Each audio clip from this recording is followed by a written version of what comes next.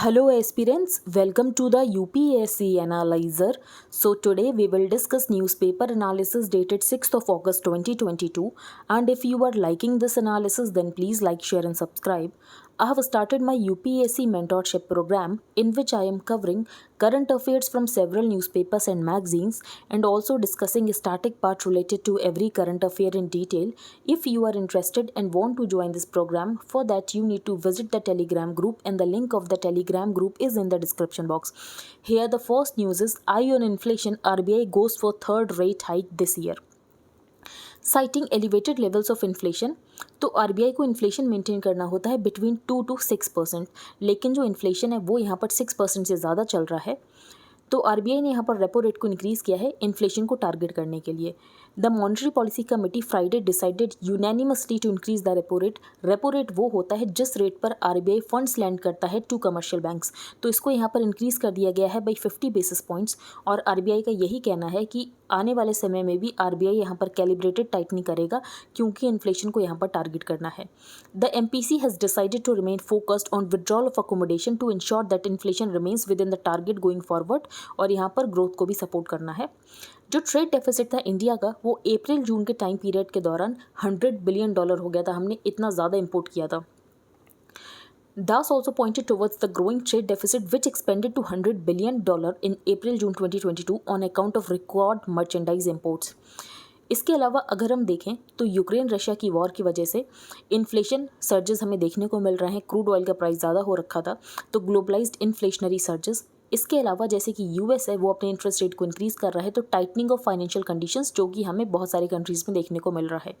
Sharp appreciation of the dollar, और जिसकी वजह से रुपी हमें डिप्रिशिएट होते हुए दिख रहा है.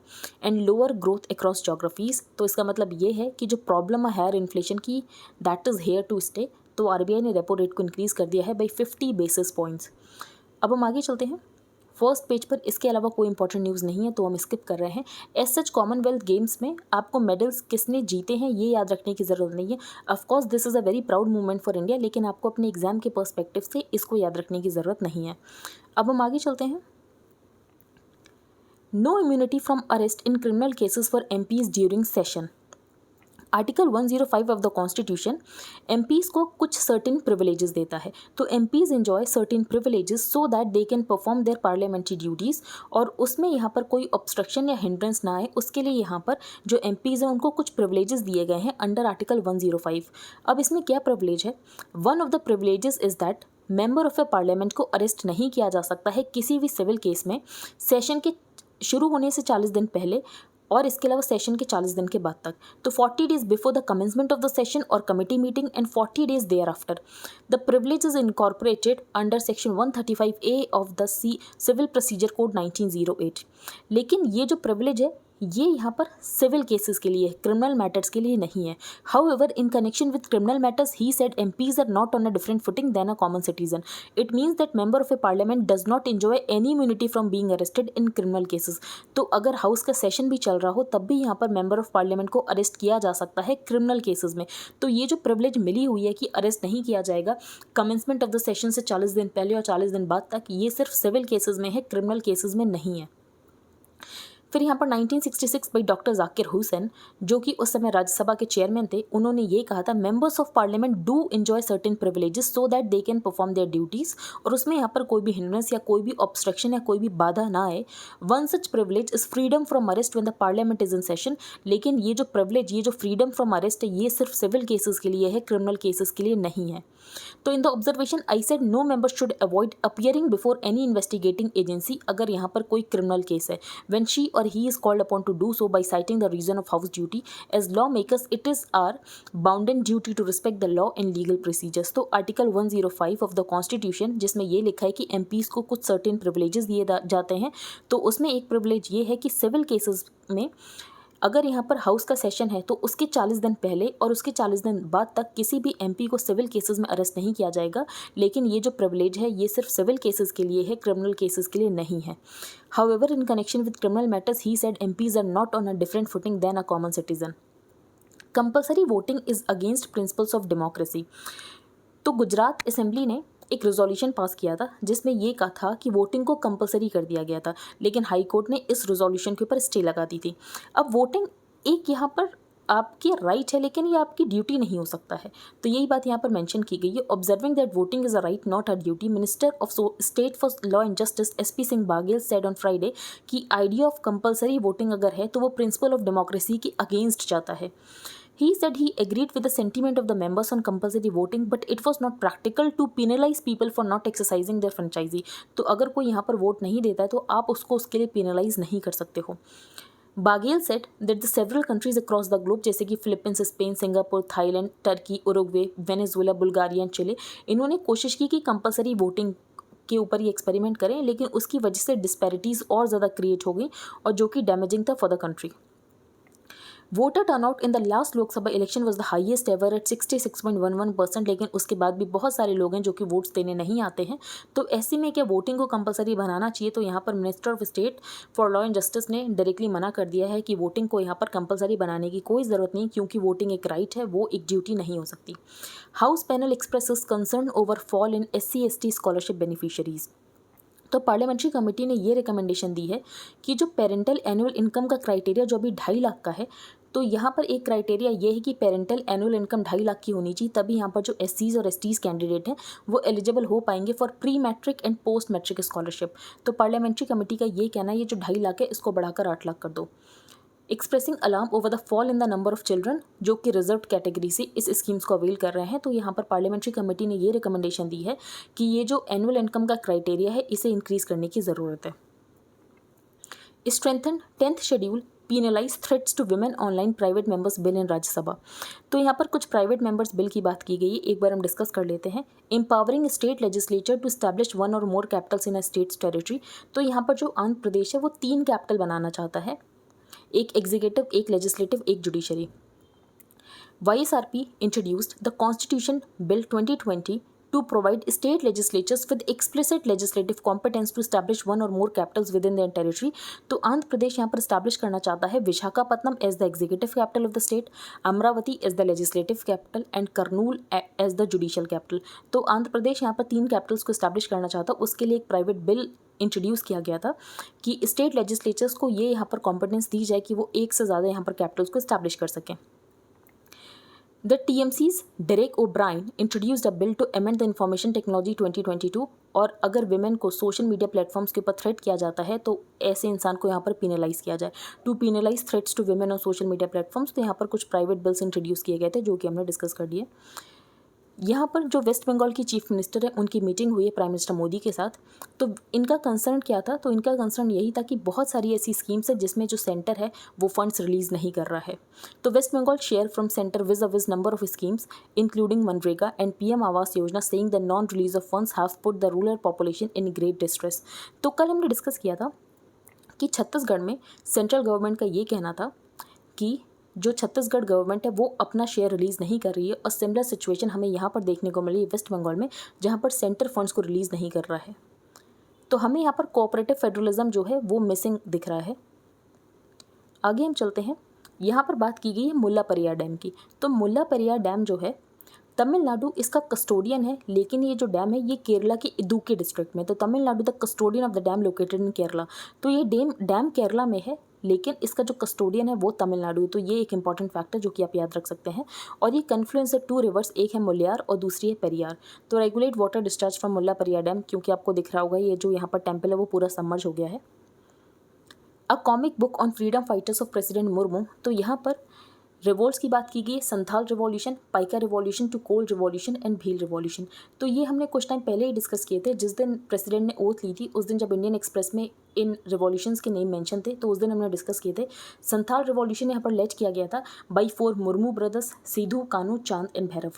Paika rebellion was led by Bakshi Jagabandhu. Kol revolt यहाँ पर लेड किया गया था बाई बुद्धू भगत, जोआ भगत एंड मदाराव महातो। और भील अपराइजिंग यहाँ पर लेड की गई थी बाई सेवाराम। अब हम आगे चलते हैं। 11 die over 3 days after drinking hooch in Bihar. Hooch क्या होता है? बेसिकली जो इलीगल और इलिशिट जो यहाँ पर शराब होती है जो इन्फीरियर क्वालिटी की होती है उसे यहाँ पर हूच कहते हैं। The rise of Kashmir. तो कश्मीर में क्या क्या चेंजेस आए हैं 370 के रिमूवल के बाद? A series of targeted efforts to tide over government bottlenecks. तो बेसिकली यहाँ पर रेड टेपिज्म कम किया गया है, जो इनडिसिप्लिन है, फाइनेंशियल इनडिसिप्लिन, उसको यहाँ पर ख़त्म किया गया है, और यहाँ पर मॉनिटरिंग को इंक्रीज़ किया गया है। मॉनिटरिंग को इंक्रीज़ करने के लिए एक पोर्टल बनाया गया जिसका नाम है जन भागीदारी एम्पावरमेंट पोर्टल, जिसकी वजह से यहाँ पर जो लोग हैं वो देख सकते हैं कि जो पैसा है वो कहाँ खर्च किया जा रहा है। तो दे कैन एक्चुअली सी कि कौन कौन से काम किए जा रहे हैं, क्या एग्जीक्यूट किया जा रहा है। तो उसके लिए यहाँ पर लोगों को एम्पावर करने की बात की गई है। We have harness the power of information technology to eliminate red tape and enhance transparency. तो यहाँ पर ट्रांसपेरेंसी को बढ़ाया गया है, अकाउंटेबिलिटी को इंक्रीज़ किया गया है। इसके अलावा कुछ स्ट्रक्चरल और इंस्टीट्यूशनल चेंजेस किए गए। फॉर एग्जांपल, एक दरबार मूव होता था जम्मू कश्मीर में कि जो कैपिटल उसको शिफ्ट किया जाता था, तो it also saved about ₹400 crore annual expenditure that use to be incurred in shifting logistics from Srinagar to Jammu and back.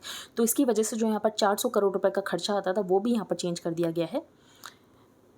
The security situation UT has undergone a sea change for the better. For example, stone pelting और strike के जो incident है वो यहाँ पर कम हो गए हैं। स्ट्रिक्ट एक्शन लिया जाता है अगेंस्ट ट्रबल मेकर्स, इसके अलावा जो इंस्टिगेटर्स होते हैं, through legal measures. Jammu and Kashmir में बहुत ज़्यादा इंफ्रास्ट्रक्चर प्रोजेक्ट्स बनाए जा रहे हैं। Projects worth ₹58,000 crore under the prime minister's development package have picked up pace and directions. और यहाँ पर जो इससे पहले बॉटलनेक्स थे, फॉर एग्जांपल लैंड एक्विजिशन में प्रॉब्लम आती थी, फॉरेस्ट क्लियरेंस के लिए यहाँ पर अप्रूवल नहीं मिलता था, तो वो सारे बॉटलनेक्स यहाँ पर ख़त्म कर दिए गए हैं और इंफ्रास्ट्रक्चर बहुत तेज़ी से डेवलप हो रहा है जम्मू एंड कश्मीर में। तो ये यहाँ पर ऑथर का कहना है, author and lieutenant governor of Jammu and Kashmir, जो कि है मनोज सिन्हा जी। तो ये आपको याद रखना है तो आप रख सकते हो। नेक्स्ट है अ टाइटर पॉलिसी। तो ये हमने फर्स्ट पेज पर भी डिस्कस किया कि आरबीआई ने रेपो रेट को इंक्रीज़ कर दिया है बाई 50 बेसिस पॉइंट। तो आरबीआई ने ऐसा क्यों किया है? क्योंकि इकॉनमी में जो इन्फ्लेशन है इंडिया की इकॉनमी में वो 6% से ज़्यादा है, और आरबीआई को इन्फ्लेशन मेंटेन करना होता है between 2 to 6%। On Friday, the Monetary Policy Committee of the Reserve Bank of India voted unanimously to raise the benchmark policy repo rate by 50 basis points. With the latest hike, the MPC With the latest hike, the MPC has now tightened the policy rate by 140 basis points, और यहाँ पर जो rate है वो पहुँच चुका है 5.4% पर। नेक्स्ट है क्रिटिकल चैलेंज। तो यहाँ पर जो MSP है, मिनरल सिक्योरिटी पार्टनरशिप, जो कि US लेड है, जो कि क्रिटिकल मिनरल्स की सप्लाई को इंश्योर करेगा और चाइना के ऊपर जो डिपेंडेंस है क्रिटिकल मिनरल्स की सप्लाई के लिए उसको कम करेगा। तो बेसिकली यहाँ पर जो US led critical minerals alliance है उसमें इंडिया को इंक्लूड नहीं किया गया है, और इंडिया इसमें इंक्लूड होना चाहता है। A new and ambitious economic alliance formalized in June is reportedly causing unease amongst policymakers in New Delhi, क्योंकि हम भी इसमें इंक्लूड होना चाहते हैं। हम भी नहीं चाहते कि हम भी क्रिटिकल मिनरल्स की सप्लाई के लिए चाइना के ऊपर डिपेंडेंट रहें। Intended to reduce the dependence of the member nations on China for supplies of cobalt, nickel, lithium and the 17 rare earth minerals। तो ये US लेड ग्रुप है जिसमें यहाँ पर कनाडा है, ऑस्ट्रेलिया है, फिनलैंड है, Germany, France, Japan, south Korea, Sweden, UK and the European commission. लेकिन इसमें इंडिया नहीं है और इंडिया भी इसका पार्ट होना चाहता है। यहाँ पर बात की गई है गाया हाइपोथेसिस की। तो हम एक बार गाया हाइपोथेसिस देख लेते हैं, क्योंकि जेम्स लवलॉक ने दी थी गाया हाइपोथेसिस, जिनकी 1 वीक पहले ही यहाँ पर डेथ हुई है। तो गाया हाइपोथेसिस क्या कहती है? It proposes that living organisms interact with their inorganic surroundings. तो यहाँ पर लिविंग ऑर्गेनिजम्स इंट्रैक्ट करते हैं इनऑर्गेनिक सराउंडिंग्स, और इसकी वजह से एक सेल्फ रेगुलेटिंग कॉम्प्लेक्स सिस्टम बनता है, और इसकी वजह से जो कंडीशंस हैं लाइफ को सस्टेन करने के लिए वो यहाँ पर प्लैनेट में क्रिएट होती हैं। तो it proposes that living organisms interact with their inorganic surroundings on earth, जिसकी वजह से एक सेल्फ रेगुलेटिंग कॉम्प्लेक्स सिस्टम बनता है, और उसकी वजह से यहाँ पर वो कंडीशंस बन पाती हैं लाइफ में, जो कि वो कंडीशंस बन पाती हैं प्लैनेट में जो कि लाइफ के एग्जिस्टेंस के लिए इंपॉर्टेंट होती हैं। That helps to maintain and perpetuate the conditions for life on the planet. अब हम आगे चलते हैं। Who needs media in new India. तो ये गवर्नमेंट को क्रिटिसाइज़ किया गया है, तो आप सिर्फ इस आर्टिकल को सुन सकते हैं। The notice to the Indian women's press corps to vacate its premises by July and is yet another indicator of the media's dispensability in Modi's new India. अब यहाँ पर आप ये कह सकते हो कि गवर्नमेंट बंगलो अलॉटमेंट किया जाए मीडिया को, ये यहाँ पर मीडिया का कोई राइट तो है नहीं। ये यहाँ पर फेवर किया गया था, जो कि यहाँ पर किया था नरसिम्हा राव, जो कि इंडिया के फॉर्मर प्राइम मिनिस्टर थे। Earlier, government followed the tradition that was set by our liberal-minded first Prime Minister Jawaharlal Nehru, जिनका ये मानना था कि मीडिया फोर्थ पिलर है डेमोक्रेसी का और मीडिया को स्ट्रेंथन करने की ज़रूरत है। They help guard against elected representatives and bureaucrats, और जो भी यहाँ पर सिस्टम में चल रहा होता मीडिया यहाँ पर लोगों तक पहुँचाती है। टू फंक्शन फ्रीली, मीडिया को यहाँ पर जो अथॉरिटी में है उनके साथ क्लोजनेस होनी चाहिए, तभी तो वो समझ पाएगी मीडिया की चल क्या रहा है अथॉरिटी में, so that it is in a position to deduce the truth and obtain accurate information. फिर यहाँ पर ऑथर ने ये बताया है कि पोस्ट 2014 हमें एक अथॉरिटेरियन मॉडल देखने को मिल रहा है। तो बेसिकली यहाँ पर जो मोदी गवर्नमेंट है वो मीडिया को फोर्थ स्टेट या यहाँ पर फोर्थ पिलर और डेमोक्रेसी की तरह देखती ही नहीं है, बल्कि यहाँ पर जो मोदी गवर्नमेंट है वो मीडिया को अपना एक एडवर्सरी की तरह देखती है। अगर कोई भी यहाँ पर मीडिया चैनल गवर्नमेंट को क्रिटिसाइज़ करता है तो गवर्नमेंट उसको अपना एडवर्सरी समझती है। Instead of sharing information, attitude ये है कि गवर्नमेंट इन्फॉर्मेशन दे देती है लेकिन गवर्नमेंट उसके बाद कोई भी क्रॉस क्वेश्चनिंग को एंटरटेन नहीं करती है। The government will provide its data and findings but in return it expects a pliant media which does not ask question. तो ये यहाँ पर मोदी गवर्नमेंट एक्सपेक्ट करती है। फॉर एग्जाम्पल यहाँ पर ये बताया गया है, correspondents with the once coveted Press Information Bureau cards are no longer permitted automatic access to the North and South Block Secretariats। तो उनको यहाँ पर ऑटोमेटिक एक्सेस नहीं प्रोवाइड की जाती to the north and south block secretariats, और अगर उनको मीटिंग भी करनी होती तो उससे पहले उनको अपॉइंटमेंट लेना पड़ता है, लेकिन पहले ऐसा नहीं था 2014 से पहले। Prime minister Modi whose compelling Mann Ki Baat talks are heard by millions. तो यहाँ पर ऑथर ने ये कहा है कि जो प्राइम मिनिस्टर का एक्सचेंज है ना वो सिर्फ यहाँ पर वन वे डायलॉग होता है। यहाँ पर प्राइम मिनिस्टर इंटरेक्टिव सेशन नहीं करते, यहाँ पर जो प्राइम मिनिस्टर वो प्रेस कॉन्फ्रेंसेज नहीं करते हैं। फिर यहाँ पर प्राइम मिनिस्टर ने इंदिरा गांधी की इमरजेंसी का टाइम पीरियड बताया है। तो इंदिरा गांधी की इमरजेंसी के दौरान यहाँ पर मीडिया को पूरी तरीके से बैन कर दिया गया था कि मीडिया यहाँ पर कोई भी एंटी गवर्नमेंट न्यूज़ नहीं दिखाएगी। तो like to remind the critics of the dark days of Indira Gandhi's emergency when total censorship was in place and there was a complete blackout of any anti government news. तो Mrs Gandhi के जो emergency regulations थे, author ने ये कहा वो बहुत ज़्यादा ड्रैकोनियन थे, और यहाँ पर उन्होंने खुद ये कहा था कि वो प्रेस को मजल कर रही हैं। लेकिन ऑथर ने कहा है कि आज ये है कि प्रेस को मजल तो किया जा रहा है लेकिन क्लियरली कहा नहीं जा रहा है। तो today there are no sledge hammer measures in place but there are subtle ways of sending a message across, कि अगर आप यहाँ पर गवर्नमेंट की पॉलिसी के अगेंस्ट बोलोगे तो आपके अगेंस्ट यहाँ पर ईडी का यूज़ किया जाएगा। तो whether it is unleashing the enforcement directorate on a media owner or dubbing dissent against the state as anti national, या तो कोई भी यहाँ पर गवर्नमेंट के अगेंस्ट बोलता है तो उसको यहाँ पर एंटी नेशनल मार्क कर दिया जाता है। Objectivity is increasingly perceived as giving a spokesperson of different parties the right to express themselves on topical issues, और यहाँ पर जो मीडिया है वो एडिटोरियल स्टैंड लेता हुआ हमें नहीं दिख रहा है। अब हम आगे चलते हैं लद्दाख आफ्टर आर्टिकल 70। तो आर्टिकल 70 के रिमूवल के बाद लद्दाख में क्या चेंजेस हुए हैं। Since the removal of article 370 Ladakh has been through a range of emotions. For example यहाँ पर पाकिस्तान और चाइना ने 370 के एब्रोगेशन के बाद लद्दाख को इंटरनेशनलाइज करने की कोशिश की, लेकिन ऐसा हो नहीं पाया।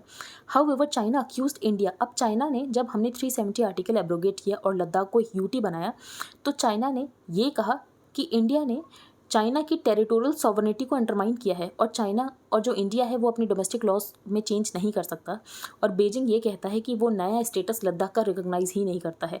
और इसके बाद यहाँ पर चाइना ने ये कहा कि आपने लद्दाख में चेंज किया इसीलिए हमने यहाँ पर गलवान वैली इंसिडेंट हुआ। तो China even resorted to military hostility along the LAC and has refuse to commit to the pre 2020 status quo. For new Delhi severing Ladakh from Kashmir was necessary, क्योंकि हम नहीं चाहते थे कि जो कश्मीर की इनस्टेबिलिटी वो लद्दाख में भी आ जाए। तो for new Delhi savouring Ladakh from Kashmir was necessary to prevent it from getting engulfed in the vortex of instability that plagued the region। फिर यहाँ पर ऑथर ने हिस्ट्री बताई है कि जो चाइना है वो लद्दाख को क्यों क्लेम करता है। तो ये एज सच हमारे लिए हिस्ट्री इंपॉर्टेंट नहीं है। तो China claimed Aksai Chin after Li Yuanping first surveyed the area in 1819। तो इनका ये कहना था कि जो अक्साई चेन है वो इनका क्यू मिनतांग प्रोजेक्ट का पार्ट है। All in all, the intrusions are part of China's strategy to push the Indian position west of the Indus and Shyok River and reach the line claimed in 1960।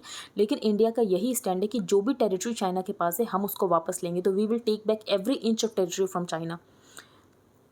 फिर यहाँ पर ये बताया गया है कि लद्दाख को आपने यूटी तो बना दिया लेकिन उससे चेंज क्या आया। तो surely the army alone can't hold the land. तो उसके लिए आपको क्या करने की ज़रूरत है, आपको ऑफिशियल ब्रांचेस की एक्सेस पहुंचाने की ज़रूरत है। फॉर एग्जांपल जैसे चाइना अपने लोगों को वहाँ पर बसा रहा है वैसे ही हमें भी कुछ करने की ज़रूरत है।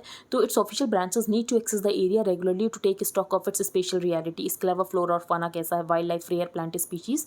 तो ये सब वहाँ पर जाकर एक्सेस करने की ज़रूरत है। As for the local sentiments Ladakhis do not seem to have a perspective on these issues.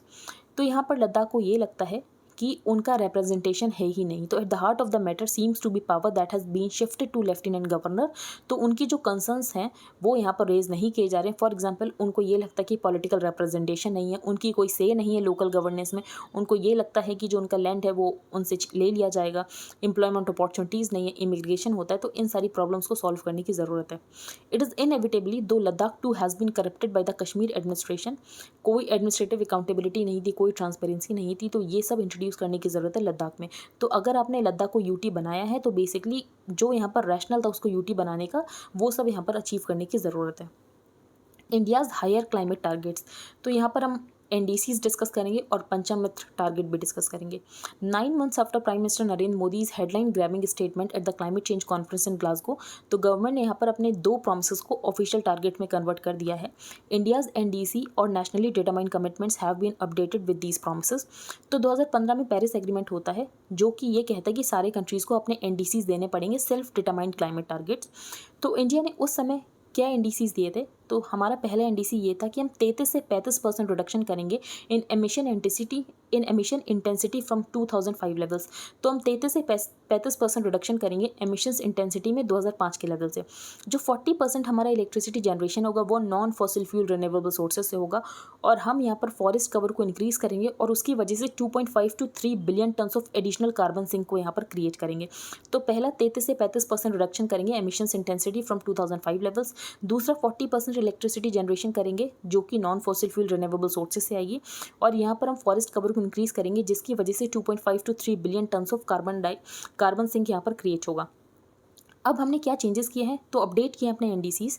तो जो 33 to 35% है ना उसको इंक्रीज़ करके एटलीस्ट 45% कर दिया है। तो India will now reduce it's emission intensity by at least 45% 2030 तक।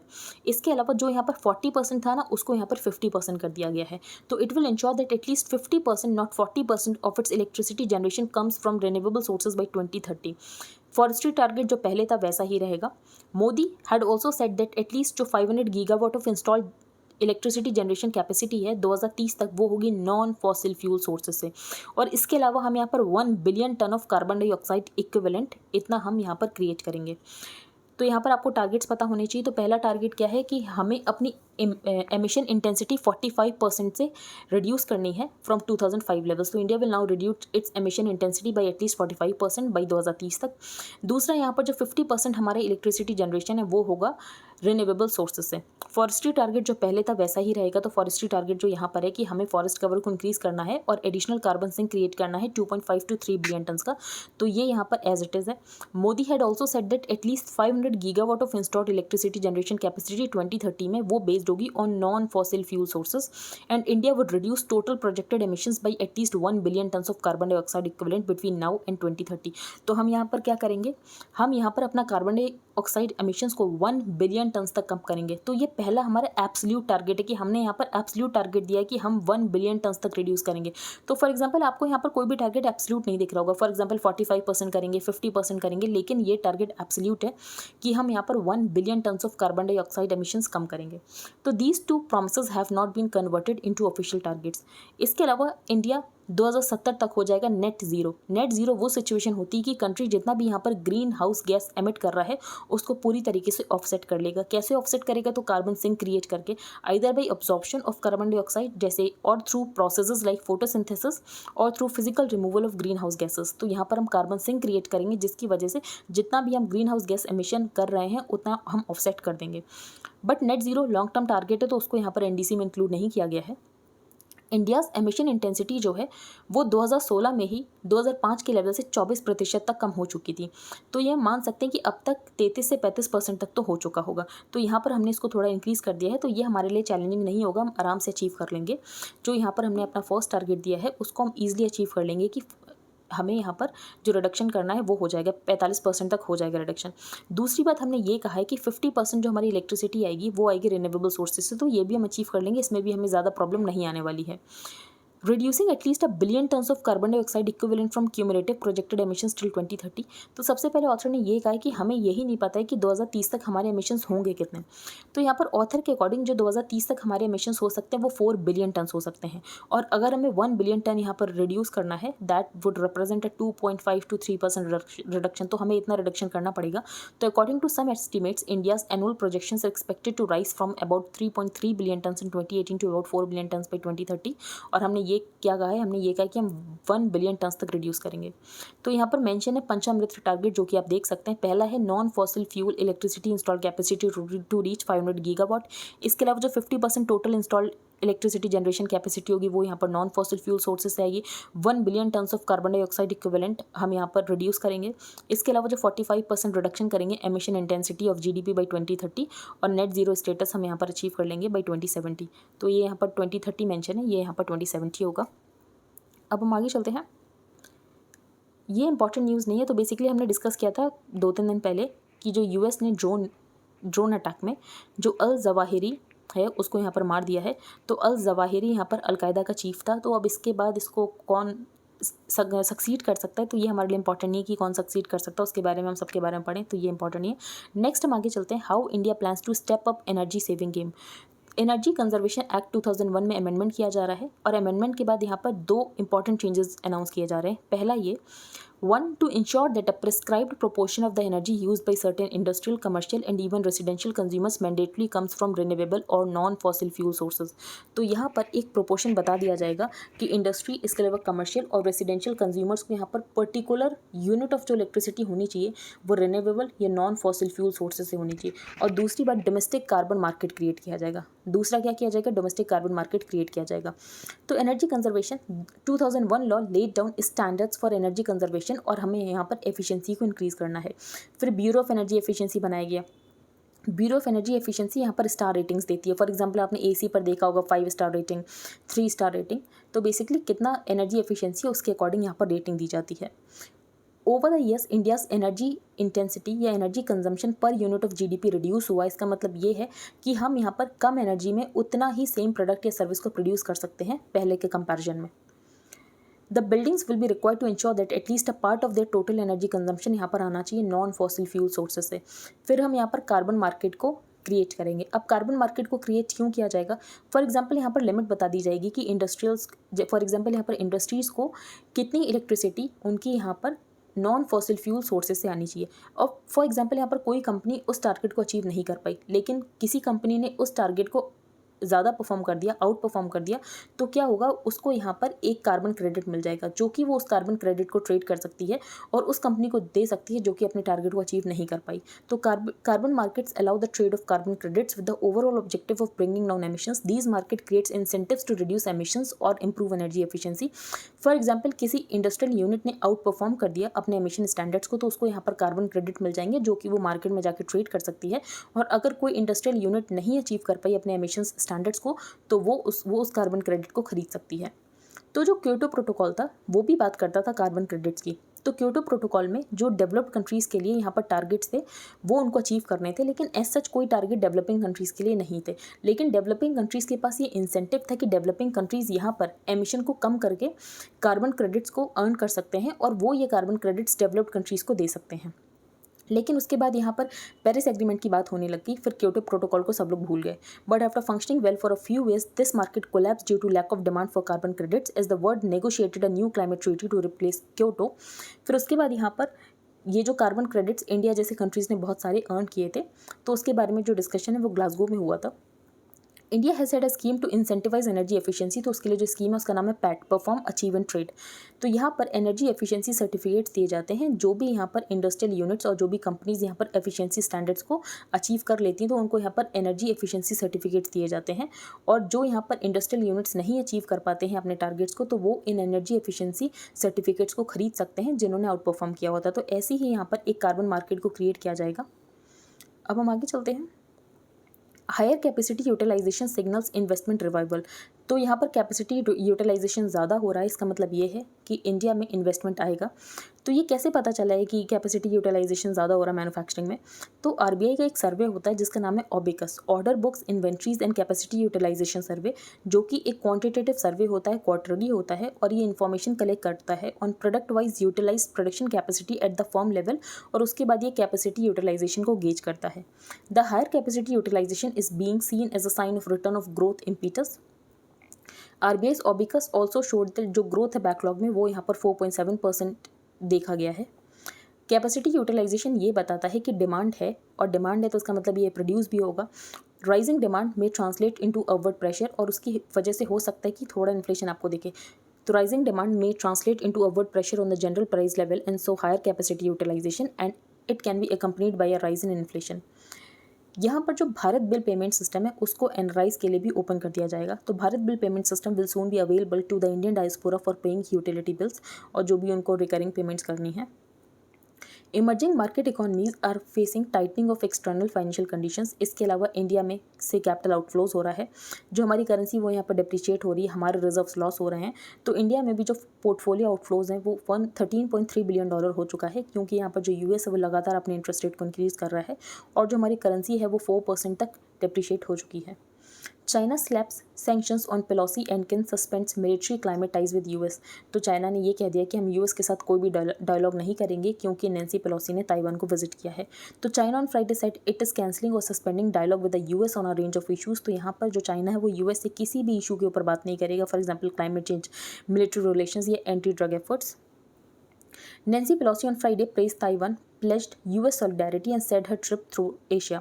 अब इनका ये कहना है कि चाइना के साथ इनके भी इकोनॉमिक रिलेशंस बहुत ज़्यादा डीपन है, लेकिन बेसिकली इनकी मॉरल अथॉरिटी है कि अगर चाइना कुछ गलत कर रहा है तो ये यहाँ पर चाइना को क्वेश्चन करें।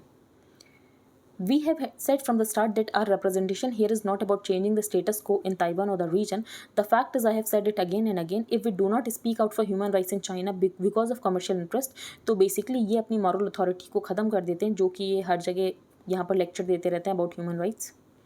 7 killed 40 hurt as Israel pounds Gaza with bombs। तो गाज़ा स्ट्रिप आप देख लेना मैप में कहाँ पर है गाज़ा स्ट्रिप।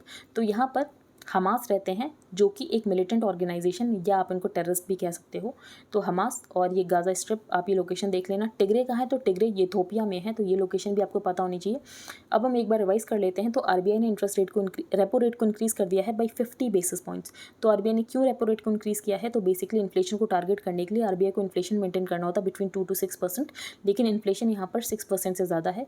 तो इन्फ्लेशन को टारगेट बैंड में लाने के लिए आरबीआई ने रेपो रेट को इंक्रीज़ कर दिया है, और आरबीआई का यही कहना है कि आने वाले टाइम में भी हम यहाँ पर कैलिब्रेटेड टाइटनिंग ही करेंगे।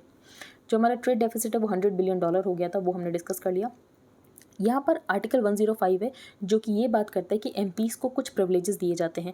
तो एमपीज़ को एक प्रिविलेजेस ये है कि कमेंसमेंट ऑफ द हाउस के सेशन से 40 दिन पहले तक और 40 दिन बाद तक उनको सिविल केसेस में अरेस्ट नहीं किया जाएगा, लेकिन उनको कोई भी इम्यूनिटी नहीं दी गई है क्रिमिनल केसेस में, तो उनको क्रिमिनल केसेस में अरेस्ट किया जा सकता है। फिर यहाँ पर ये कहा गया कि अगर आप कंपलसरी वोटिंग करोगे तो वो प्रिंसिपल ऑफ डेमोक्रेसी के अगेंस्ट है, क्योंकि वोटिंग एक राइट है, ना कि एक ड्यूटी है। अब हम आगे चलते हैं। यहाँ पर कोई इंपॉर्टेंट न्यूज़ नहीं है, ये हमने देख लिया केरला और तमिलनाडु का ये इशू जो मुल्लापेरियार डैम का है। तो ये डैम केरला के इदुक्की डिस्ट्रिक्ट में है, लेकिन इसका कस्टोडियन तमिलनाडु है। फिर यहाँ पर हमने संथाल रिवॉल्यूशन, पाइका रिवॉल्यूशन, कोल रिवॉल्यूशन, भील रिवॉल्यूशन। तो Santhal revolution was led by 4 Murmu brothers, तो वो आपको नाम पता होने चाहिए, Sidhu Kanhu, Chand and Bhairav. Paika rebellion was led by Bakshi Jagabandhu. Kol revolt was led by Buddhu Bhagat, Joa Bhagat and Madara Mahato, and Bhil uprising was led by Sevaram. Which हमने डिस्कस कर लिया, हूच क्या होता है। अ टाइटर पॉलिसी, तो यहाँ पर यही बताया गया है कि आरबीआई ने रेपो रेट को इंक्रीज़ किया है। द राइज ऑफ कश्मीर, तो यहाँ पर ये बताया गया है कि कश्मीर में रेड टिपिज्म खत्म कर दिया गया है, ट्रांसपेरेंसी आ गई, अकाउंटेबिलिटी आ गई, स्टोन पेल्टिंग इंसिडेंट्स कम हो चुके हैं, इंफ्रास्ट्रक्चर प्रोजेक्ट्स बहुत तेज़ी से चल रहे हैं। इसके अलावा टेक्नोलॉजी का हम यूज़ कर रहे हैं लोगों को एम्पावर करने के लिए। फिर हमने यहाँ पर गाया हाइपोथेसिस डिस्कस की। तो गाया हाइपोथेसिस क्या है? तो बेसिकली जो लिविंग ऑर्गेनिजम्स है वो इनऑर्गेनिक सराउंडिंग से इंटरेक्ट करते हैं, जिसकी वजह से एक सेल्फ रेगुलेटिंग कॉम्प्लेक्स सिस्टम बनता है और कंडीशंस क्रिएट करता है for life on the planet. जो क्रिटिकल मिनरल्स अलायंस है उसमें इंडिया को इंक्लूड नहीं किया गया है, और इंडिया उसमें इंक्लूड होना चाहता है, क्योंकि हम भी यहाँ पर चाइना के ऊपर डिपेंडेंट नहीं रहना चाहते हैं फॉर क्रिटिकल मिनरल सप्लाई। फिर यहाँ पर ये बताया गया कि मोदी गवर्नमेंट बहुत ही ज़्यादा अथॉरिटेटिव है, तो ये हम डिस्कस नहीं करेंगे फिर से। लद्दाख आफ्टर आर्टिकल 370, तो ये भी हमने डिस्कस कर लिया है। यहाँ पर पंचामृत टारगेट्स आपको पता होनी चाहिए। तो पंचामृत टारगेट्स क्या है? तो पहला ये कि non fossil fuel electricity install capacity 500 gigawatt तक करनी है। 50% total install electricity generation capacity non fossil fuel sources से आनी चाहिए। 1 billion tons of carbon dioxide equivalent हमें रिडक्शन करना है 2030 तक। इसके अलावा 45% एमिशन इंटेंसिटी में रिडक्शन करना है ऑफ GDP बाई 2030 और नेट जीरो स्टेटस अचीव करना है 2070 तक। How India plans to step up energy saving game? तो एनर्जी कंजर्वेशन एक्ट 2001 में अमेंडमेंट किया जाएगा और यहाँ पर 2 पॉइंट्स इंट्रोड्यूस किया जाएंगे। पहला क्या पॉइंट इंट्रोड्यूस किया जाएगा कि इंडस्ट्रियल, कमर्शियल और रेजिडेंशियल कंज्यूमर्स को ये कहा जाएगा कि मैंडेटरीली यहाँ पर जो आप इलेक्ट्रिसिटी कंज्यूम कर रहे हो तो उसमें से कुछ प्रोपोर्शन यहाँ पर नॉन फॉसिल फ्यूल सोर्सेज से आना चाहिए। दूसरी बात, यहाँ पर डोमेस्टिक कार्बन मार्केट को क्रिएट किया जाएगा। तो डोमेस्टिक कार्बन मार्केट कैसे क्रिएट किया जाएगा? तो बेसिकली यहाँ पर इंडस्ट्रियल यूनिट्स को कुछ टारगेट दिया जाएगा कि इतने प्रोपोर्शन ऑफ इलेक्ट्रिसिटी आपकी यहाँ पर नॉन फॉसिल फ्यूल सोर्सेज से ही आनी चाहिए। लेकिन फॉर एग्जांपल वो नहीं अचीव कर पाते हैं, तो ऐसे में किसी इंडस्ट्रियल यूनिट ने ज़्यादा अचीव कर लिया तो उसको यहाँ पर कार्बन क्रेडिट्स मिल जाएंगे जो कि वो मार्केट में यहाँ पर ट्रेड कर सकती है। हायर कैपेसिटी यूटिलाइजेशन, तो इसके लिए हमने RBI को ऑबिकस सर्वे डिस्कस किया जो कि है order books inventories and capacity utilisation survey. फिर यहाँ पर जो NRI के लिए नया पेमेंट सिस्टम खोला गया है जो कि है भारत बिल पेमेंट सिस्टम, और यहाँ पर जो NRIs है वो भी अपनी यूटिलिटी पेमेंट्स कर सकते हैं। चाइना ने सैंक्शंस लगा दिए हैं और चाइना ने पूरी तरीके से डायलॉग बंद कर दिया है US के साथ। फिर यहाँ पर गाज़ा स्ट्रिप हमने आपको देखना है, गाज़ा स्ट्रिप मैप में लोकेशन में कि गाज़ा स्ट्रिप कहाँ है और वहाँ पर हमास रहते हैं जो कि एक मिलिटेंट ऑर्गेनाइजेशन है। आई होप आपको सब कुछ क्लियर हो गया हो। If you like the video then please like, share and subscribe. Thank you and have a nice day.